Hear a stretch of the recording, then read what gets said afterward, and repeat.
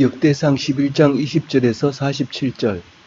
요압의 아우 아비새는 그 3명 중 우두머리라. 그가 창을 휘둘러 300명을 죽이고 그 3명 가운데 이름을 얻었으니.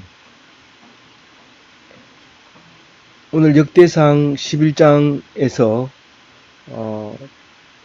요압의 아우 아비새 이야기가 나옵니다. 요압은 다윗의 생질 누이의 아들이죠.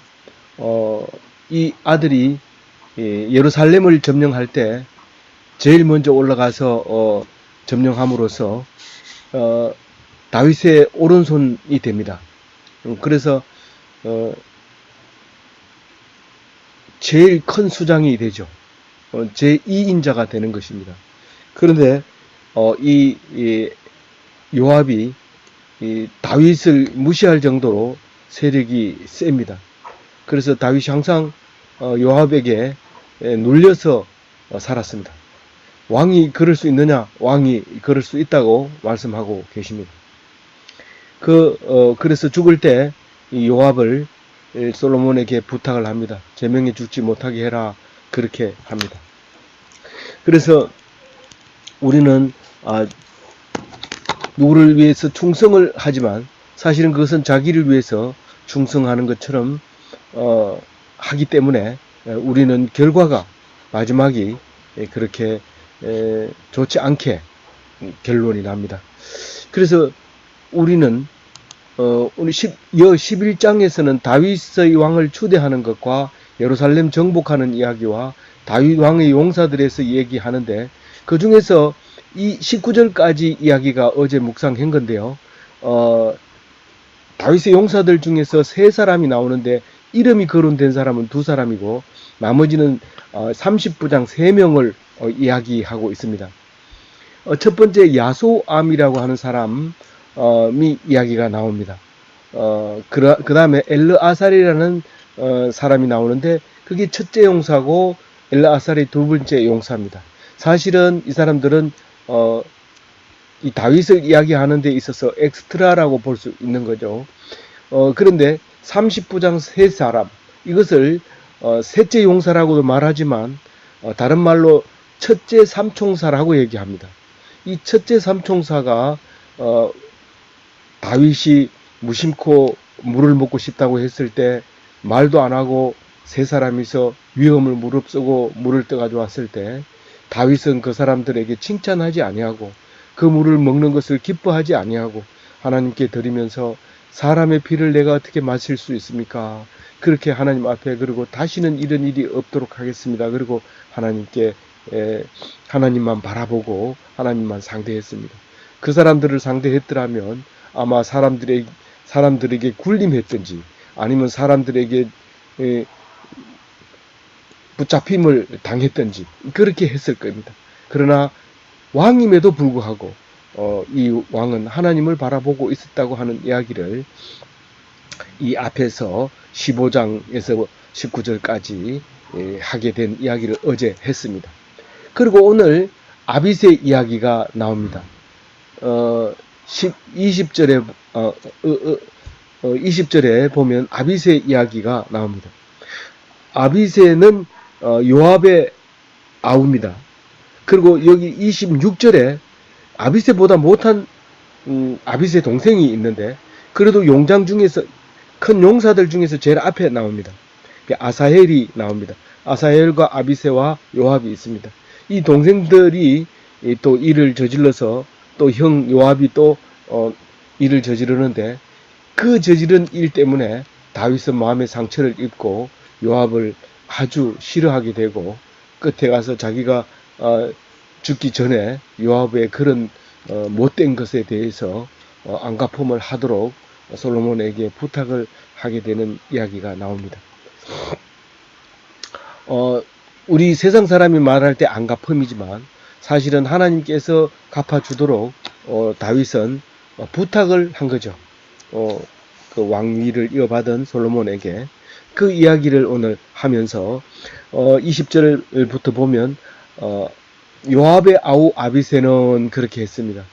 그래서 이 사무엘상을 읽어보면 다윗이 이 등극할 때부터 시작해서 다윗이 죽을 때까지 이 요압은 그 측근에서 행세를 합니다. 나중에 이 다윗이 힘이 없어 이제 자기 정권을 물려줄 때 판단을 오판함으로 말미암아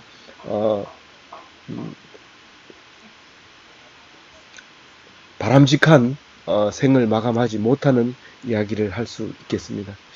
그래서 그 요압이 계속해서 등장을 하는데 다윗 다음에는 요압이기 때문에 요압을 놓치면 안 되죠. 그래서 요압의 아우 아비새는 이제 뭐가 된다고요? 그 삼총사의 대표가 된다. 그렇게 얘기를 합니다. 근데 첫 번째 삼총사의 대표가 아니라 둘째 삼총사의 대표입니다. 그래서 뒤에 보면 삼총사가 이제 셋이 나오죠. 용사가 셋이 나오는데 첫 번째 용사, 두 번째 용사는 사람 이름이 나오고 세 번째 용사는 첫 번째 삼총사의 를 세 번째 용사로 본 거죠. 근데 오늘 아비새는 둘째 삼총사의 대표로 나오는 거죠. 그래서 첫째 삼총사의 버금간다. 그렇게 얘기를 합니다. 첫째 삼총사에는 못 들어가지만 둘째 삼총사에는 대표로 됐다. 그 얘기를 하고 셋째 삼총사는 대표도 안 나옵니다만은 그 셋째 삼총사는 안 나오지만 세 용사와 함께 이름을 얻은 사람이 나오는데 그게 바로 다음 절에 나오는 버나냐입니다. 22절에 버나냐가 나오는데 이 버나냐는 갑스엘 사람이고 여호야다의 아들이고 모압인을 둘을 죽이고 이제 장군이 된 사람이죠. 그리고 근데 그냥 장군이 된 게 아니라 셋째 삼총사에 들지는 못했지만 세 용사에 들지 못했지만 세 용사에도 세 삼총사에도 들지 못했지만 세 용사와 함께 명성을 얻었다라고 하는 버나냐입니다. 그래서 22절에 보면 모압인을 둘이 죽이고 또 사자를 한 마리 죽이고 또 그리고 23절에 보면 애굽 거인들을 죽였다. 애굽에도 거인들이 살았는데 애굽 거인을 죽이고 근데 거인을 뭐 여러 명 죽일 수 없고 한 명을 죽였는데 2.5m짜리 키를 가지고 있는 거인을 죽였는데 막대기를 들고 가가지고 죽였어요. 그 거인을 죽이는데 그 사람이 들고 있는 창을 막대기로 가가지고 뺏어가지고 그 창으로 찔러서 죽입니다. 다윗이 그랬죠. 골리앗을 죽일 때 물맷돌 가지고 가가지고 던졌지만 결국 쓰러지니까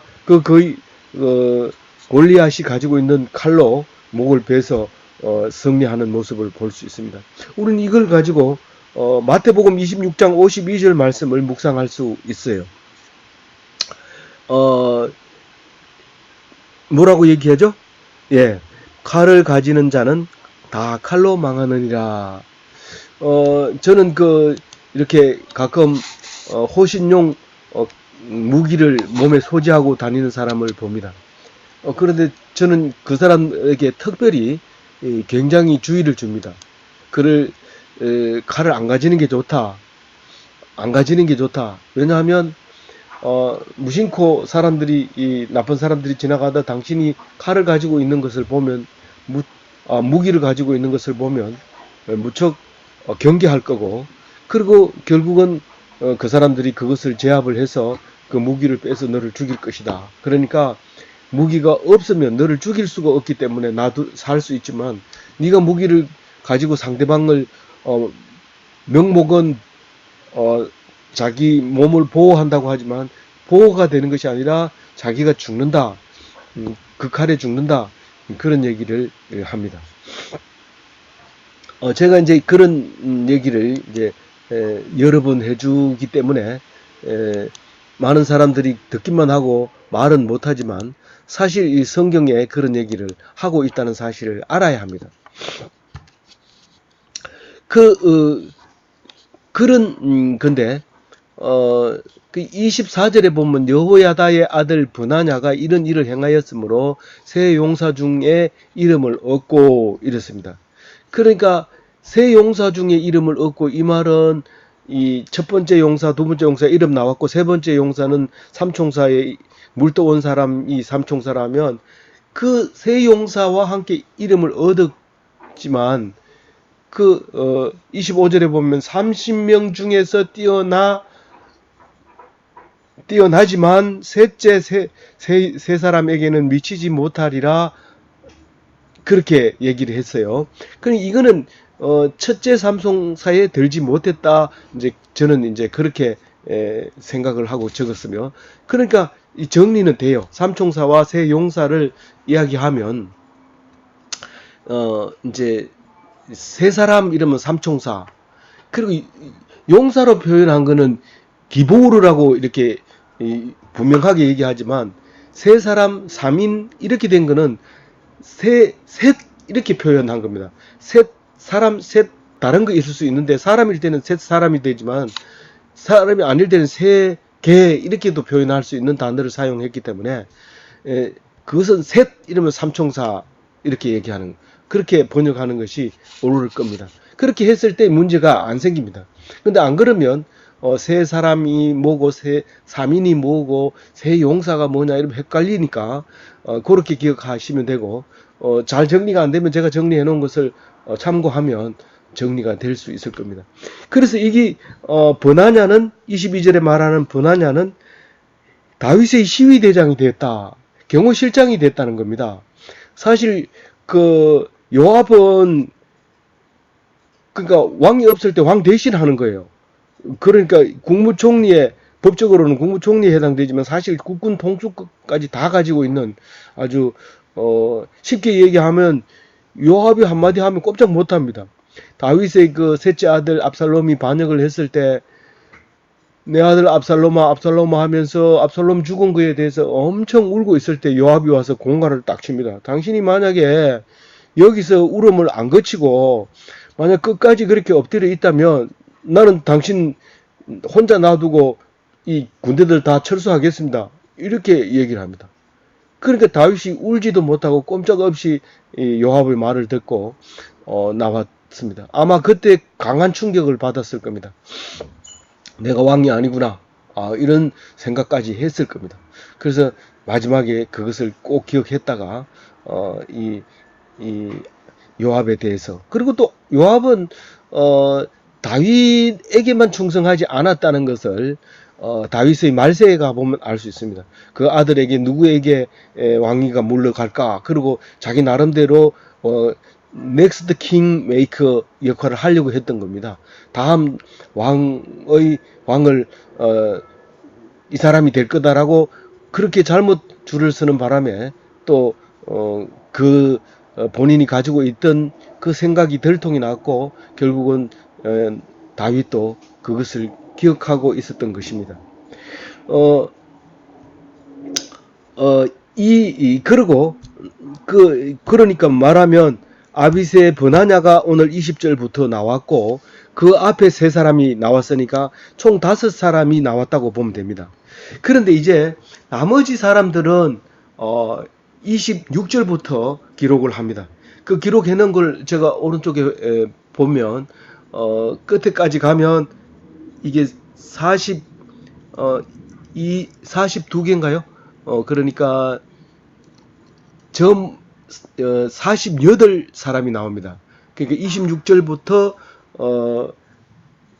47절 마지막 절까지 따지면 전부 합해서 48명이 나오는데, 이 앞에서 아비새 버나냐까지 앞에서 어제 세 사람 나온 것까지 합해서 5명하고 여기 48까지 합하면 53이 나오죠. 53명이 나오는데, 그 중에 이제 하나는 아들들로 나오고 삼총사로 나오고 이렇기 때문에 이 53명보다 훨씬 큰 사람, 많은 사람의 숫자가 있을 겁니다. 그래도 우리가 한 사람씩이라고 생각하고 계산하면 53명의 이름이 나오는데 5명이 나왔고 나머지 이 48명에 대해서는 26절부터 27절까지 있는데 거기 제가 정리해 놓은 것을 보면 그 표를 보면 나옵니다. 그 첫 번째는요. 48명 중에 첫 번째는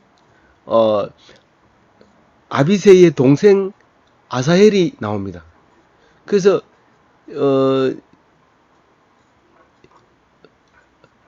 요압의 아우 아사헬, 요압의 아우 아비새 이런인데 아비새와 아사헬이 나중에 전쟁 싸움이 일어났을 때 좀 분별력이 없게 행하다가 그만 죽게 되는데 그걸 죽인 사람을 요압이 가서 죽이게 됩니다. 그래서 굉장한 요압의 다윗의 입지를 어렵게 만들었던 것이죠. 그래서 요압은 그것을 기억하고 있었던 것입니다. 그 다음에 보면 그 28절에 보면 아나돗 사람 그 블레셋 지역에 있는 사람도 다윗의 군사로 이렇게 있는 사람들이 있고 이 31절에 보면 베냐민 자손들 속에도 이제 또 기브아 사람들 속에도 많이 있는 것을 볼 수 있습니다. 그 다음에 기송 강가에 있는 사람들, 갈멜 사람들 37절에요. 그 다음에 이제 나단이 정확하게는 모르지만 나단의 동생도 있고요. 그 다음에 그 앞에 쭉 내려가면 이제 암몬 사람들은 몇 명이나 돼요. 암몬 사람은 39절에 암몬 사람은 하나, 둘, 셋. 그 암몬 사람 중에 한 사람은 요압의 무기를 잡은 자가 있어요. 요압은 전쟁에 잘 나가기 때문에 대장이 늘 무거운 무기를 들고 있는 것이 아니라 무기를 들고 따라다니는 사람이 있어요. 그 쉽게 얘기하면 칼집이라든가 그 탄창이라든가 뭐 이렇게 생각하면 되죠. 그걸 들고 다니면서 언제라도 이렇게 사용할 수 있도록 무기 잡은 자가 있는데 그게 이제 뭐라고 했습니까? 베룻 사람 나하레라고 얘기합니다. 그게 암몬 사람은 한 사람이네요. 암몬 사람은 한 사람. 그리고 또 어디 사람이 여러 사람 나와 있는 데가 있죠. 여기를 보면은 뭐 얘기 모압 사람이 제일 밑에 가서 모압 사람이 여럿이 나옵니다. 하나 둘 세 사람이 나오네요. 네, 세 사람이 46절 47절에 보면 모압 사람이 이드미와 엘리엘과 오벡 이렇게 세 사람이 나오고요. 그래서 우리가 잘 아는 이름을 이렇게 좀 이렇게 묵상을 할 수 있도록 그렇게 만들어 주신 거죠. 그 중에서 41절 오늘 말씀으로 묵상한 게 있죠. 햇사람 우리야. 햇사람 우리야에 대해서는 여러 번 얘기했습니다. 사실 다윗을 나쁜 사람이라고 얘기한다면 뭐 다른 여러 가지도 있지만 가장 대표적인 것이 햇사람 우리야의 아내 바세바를 범하는 것이 가장 큰 이슈입니다. 근데 나중에 열왕기에도 보면 이 말을 다시 끄집어내 옵니다. 그리고 가장 나쁜 짓을 했음에도 불구하고 그 일로 말미암아 가장 훌륭한 왕으로 우리가 인정받고 하나님은 특히 인정해 줌으로써 하나님이 인정해 줌으로써 세상적으로 도덕적으로는 가장 나쁜 사람으로 보이지만 하나님 앞에서는 가장 훌륭한 사람으로 인정받게 되는 그래서 다윗의 후손으로 예수님이 올 수밖에 없는 그런 것입니다. 우리는 세상 도덕적으로 아주 이상적인 사울과 같은 잘생기고 신사적이고 사람들이 잘 따르고 좋아하고 또 그런 그 빈틈없는 그 사람은 하나님이 버리십니다. 그걸 우리가 기억하시면서 하나님이 좋아하는 것과 세상 사람이 좋아하는 것은 전혀 다르다는 사실을 기억하고 하나님 앞에서 인정받는 그런 기독교인이 돼야 됩니다. 세상 사람도 인정받고 하나님 앞에서도 인정받으면 안 됩니까? 제발 그럴 수 없습니까? 좀 그렇게 해주십시오. 안 된다. 안 된다. 안 된다. 예수님은 세상에서 얼마나 극악무도한 사람으로 인정받았는지 아무도 수긍해주지 않는 십자가를 지게 되는 것입니다. 그렇게 했을 때 하나님은 지극히 높은 하나님의 아들이라 인정을 해주는 겁니다. 그걸 믿는 우리가 세상 영광편에 돌아간다면 그것은 믿지 않는 것이고 그건 예수님을 욕되게 하는 것이고 예수님을 또다시 십자가에 못 박는 것이지요. 우리가 무슨 이유로 힘들고 어려워합니까? 예수 십자가를 생각하면 풀리지 않는 문제가 어디 있습니까? 왜 힘들게 사십니까? 왜 어렵게 사십니까? 행복하고 복되게 사십시오. 그게 하늘나라고, 그게 하나님 나라고, 그게 하나님 나라가 임하시는 것이고, 이 땅에 천국이 임하는 것이고, 죽어서 가는 천국이 아니라 이 땅에서 보는 천국, 이 땅에서 누리는 천국이 되는 것입니다. 천국을 누리는 귀한 기독교인이 되시기 바랍니다.